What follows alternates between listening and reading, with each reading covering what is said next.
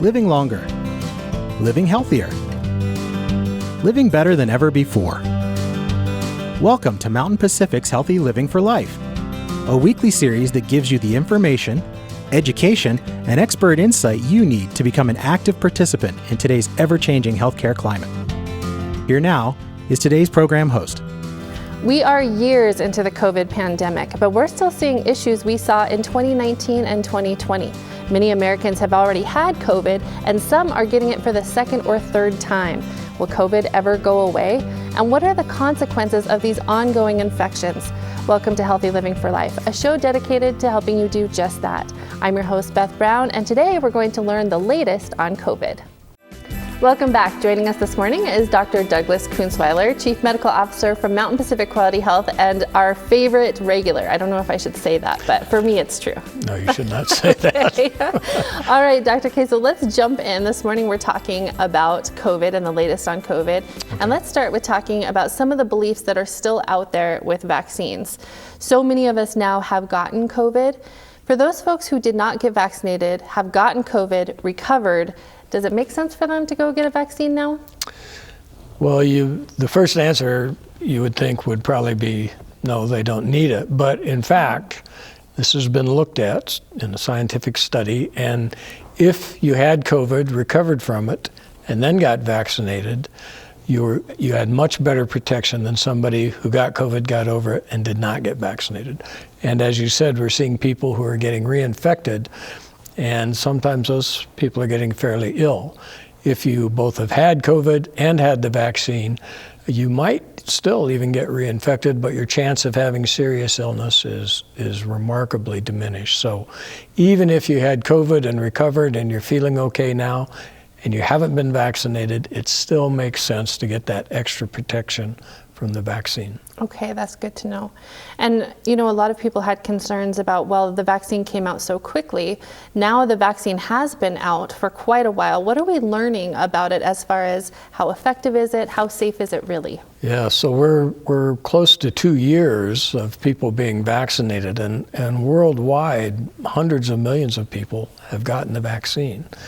And what we have seen is that its effectiveness has waned a little bit. Initially, we were seeing like 80, 85%, 90% protection, which was sort of unheard of for vaccines. And now it has gone down a bit, and people are getting infected who were completely vaccinated. Mm-hmm. But the important point is that they're having very mild symptoms.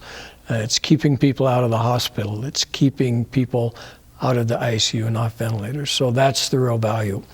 Now, in terms of safety, this is one of the safest vaccines we've ever seen. Out of every million people who get vaccinated, maybe 5 or 6 will have a reaction such that you would recommend they never get vaccinated with this again.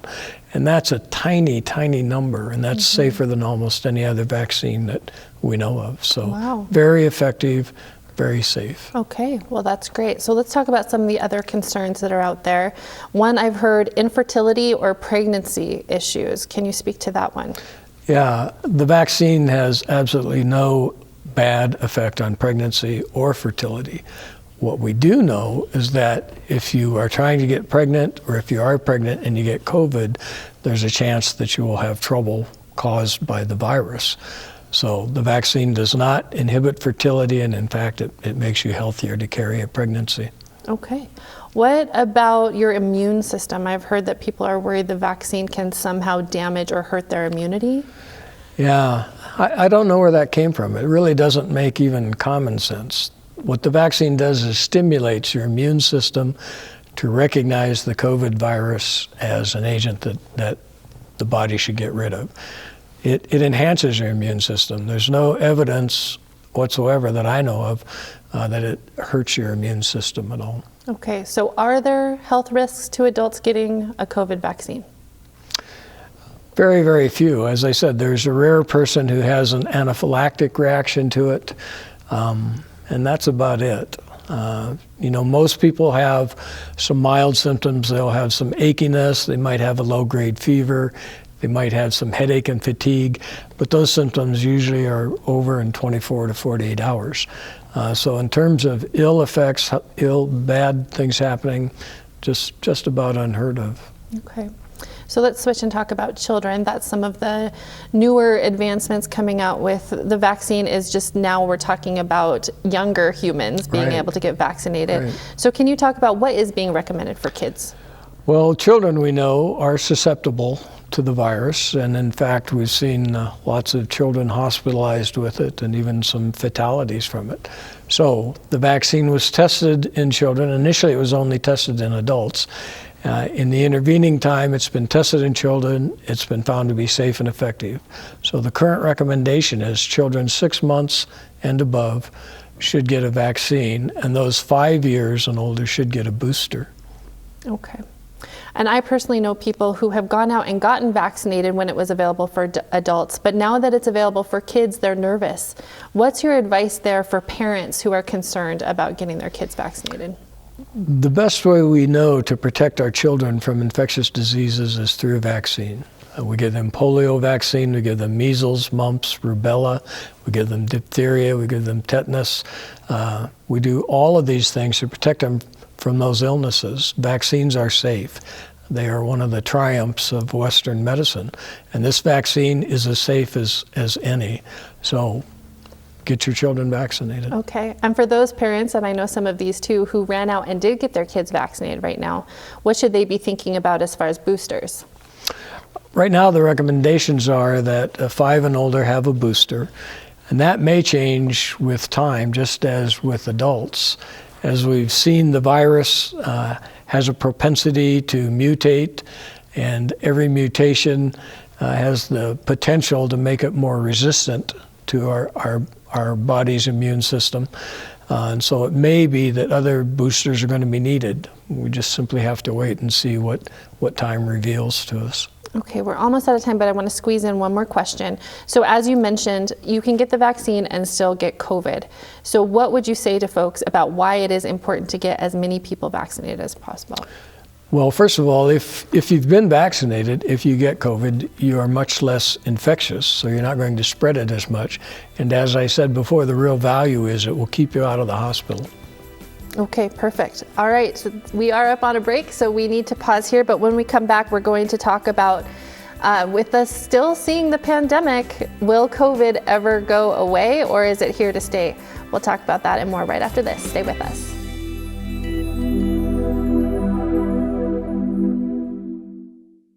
Welcome back to Healthy Living for Life. Thanks for sticking with us, and thanks to Dr. Kunzweiler for also sticking with us. So as we mentioned before the break, many of us have tested positive for COVID. Do you know how many Americans at this point have had COVID, and what does that mean for those folks who have still managed to avoid getting COVID? Well, so far we know that about 87 million American population's around 330 million. So about 87 million Americans have tested positive for COVID. And out of that number, over 1 million have died of the disease. Wow, okay. And so for those folks who are still managing to be negative for COVID, is there any benefit to so many people having already gotten it for them, or does that make it a higher risk for those folks? Some of those people who haven't had it yet may actually have had it and just never became symptomatic and therefore never got tested. I think that's partial explanation at least. If you have not had it, it may be that your immune system already had some degree of immunity or developed it quickly and was able to combat the illness. That's probably another part of it. 87 million who have had it, and roughly half of the population has been immunized, and that's really not high enough to get you to herd immunity. Okay. You need to have about 70% to 80% of the population that's immune before you have the true herd immunity effect. And we heard herd immunity being a possible solution for getting rid of COVID. Is that at all viable still? Yeah, that was all the optimists who were saying that. Okay.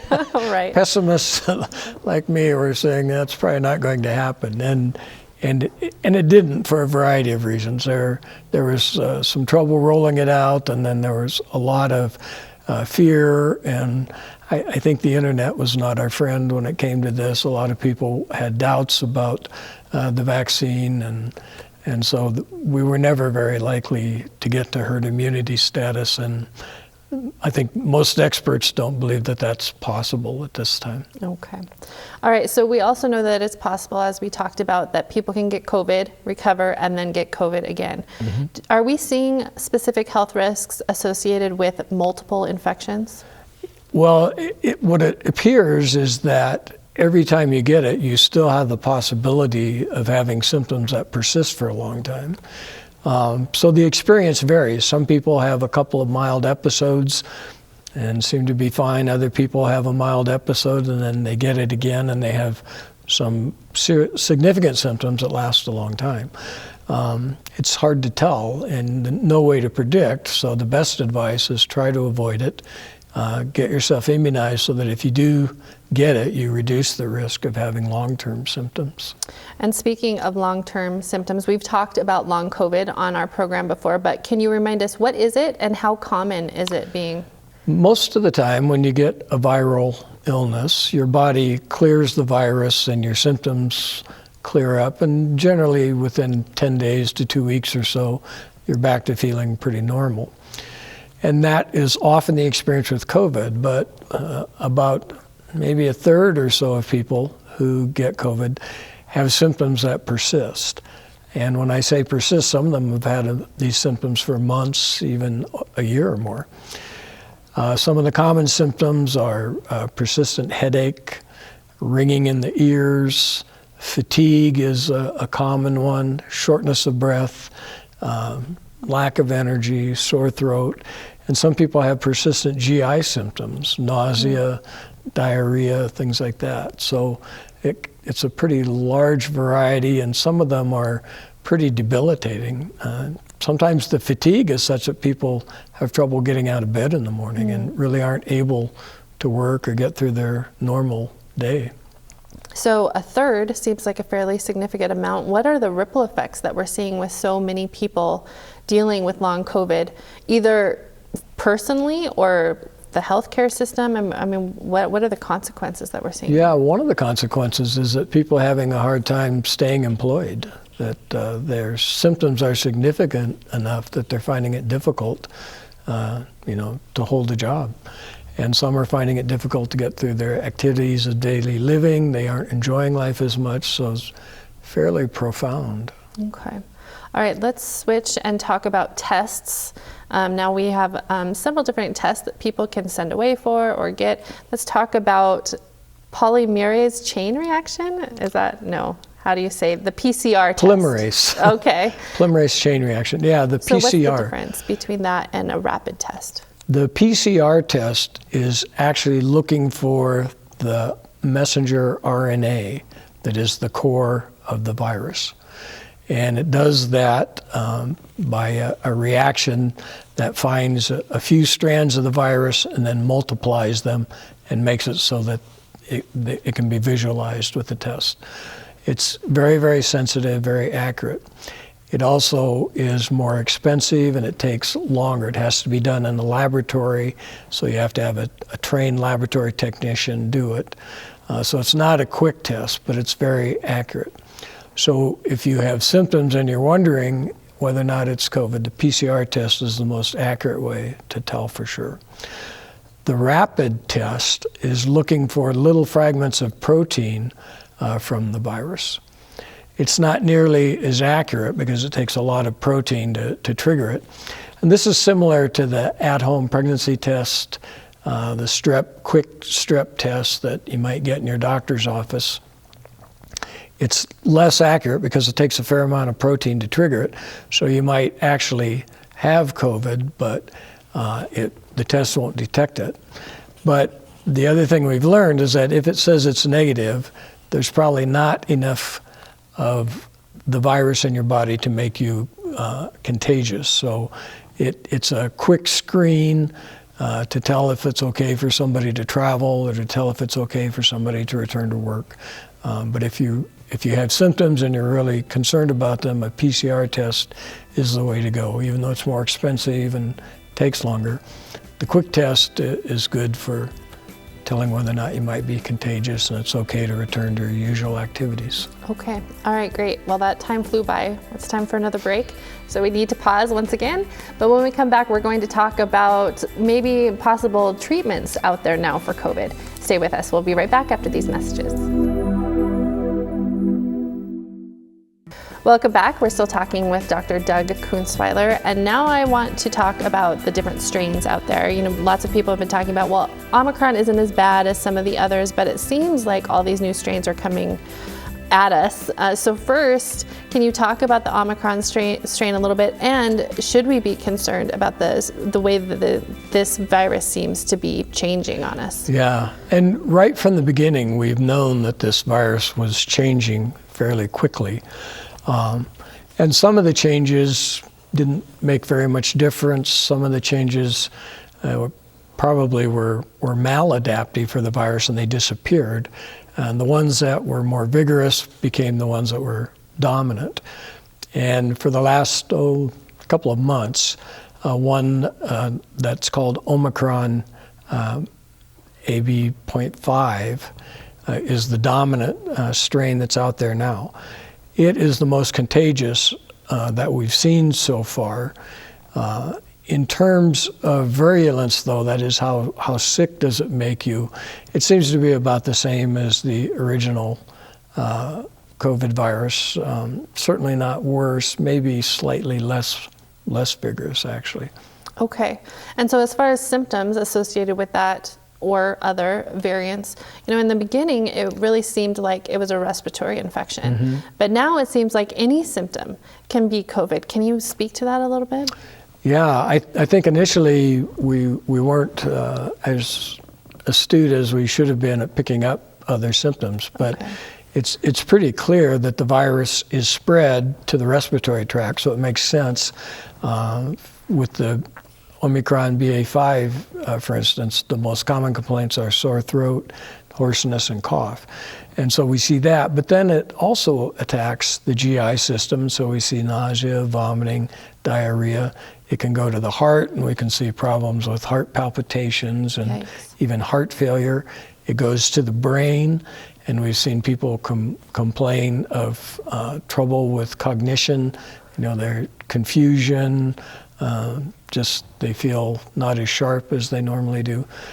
We've seen joint pain from it, so it goes to many different parts of the body, probably triggers the body's inflammatory response, and in that way affects lots of other areas other than just the respiratory tree. So is COVID still as dangerous as it's always been as far as people's symptoms either leading them into the hospital or even being life-threatening? It depends. If they've had it before, it seems like most of the time the next case, if they get it again, is not quite as virulent. If they've been immunized, it's quite clear that their chance of being hospitalized or winding up on a ventilator are quite small. Okay. So it's about the same as it was in the beginning, I would say, but the immunization is protective, and having had it is at least partially protective. Okay. And for a while there, we were telling people, if you've tested positive, but you can recover at home, please do so to protect healthcare systems that were feeling overwhelmed. Is that still advice, or what should people do now if they test positive for COVID? To some extent, it depends on their underlying health. If you have significant health risks, like chronic lung disease, if you have some chronic heart disease, or if you have a disease that affects your immune system, like rheumatoid arthritis, or lupus, that sort of thing, or if you're on a medication for those that impairs your immune system, then it's worth going to your provider and talking to them, because there are a couple of medications that have been developed that can help in the event that you do get COVID. Okay, and that leads me right into my next question, is what are some of the treatments? The two that are recommended at this time are Paxlovid, and I'm going to have to read this one.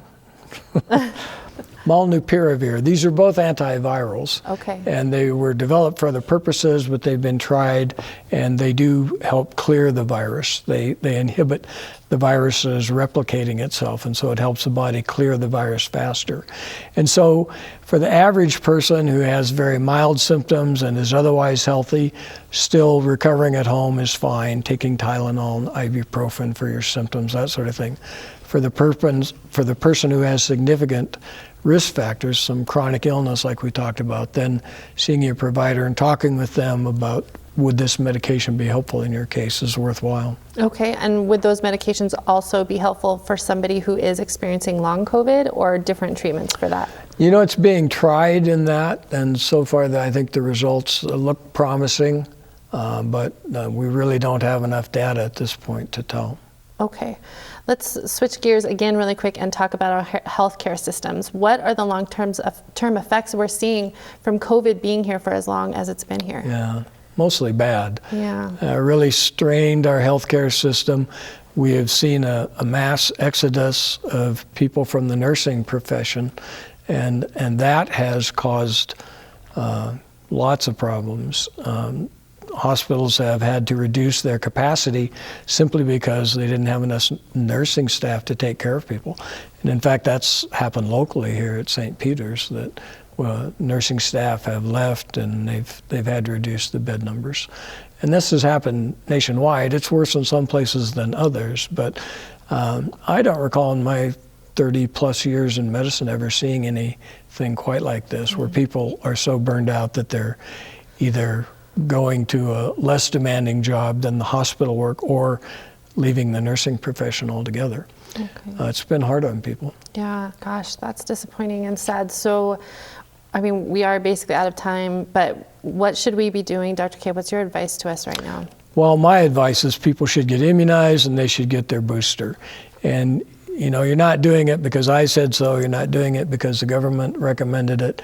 You're doing it because it's the right thing to do for your family and for your friends and for your community. Yeah. So that's my recommendation. Okay, perfect. Thank you so much. And we are out of time, but thank you to Dr. K for all of his great information, and thank you so much for tuning in. We hope you'll come back and see us again next week. Until then, stay fit, stay well, and stay healthy for life with Healthy Living for Life. Thanks, everybody. Healthy Living for Life is brought to you by Mountain Pacific Quality Health in partnership with AARP Montana.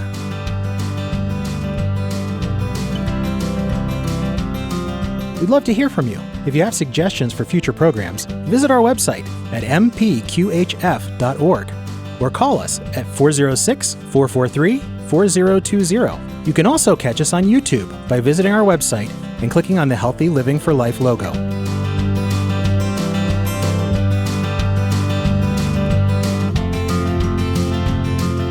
Production facilities provided by Video Express Productions.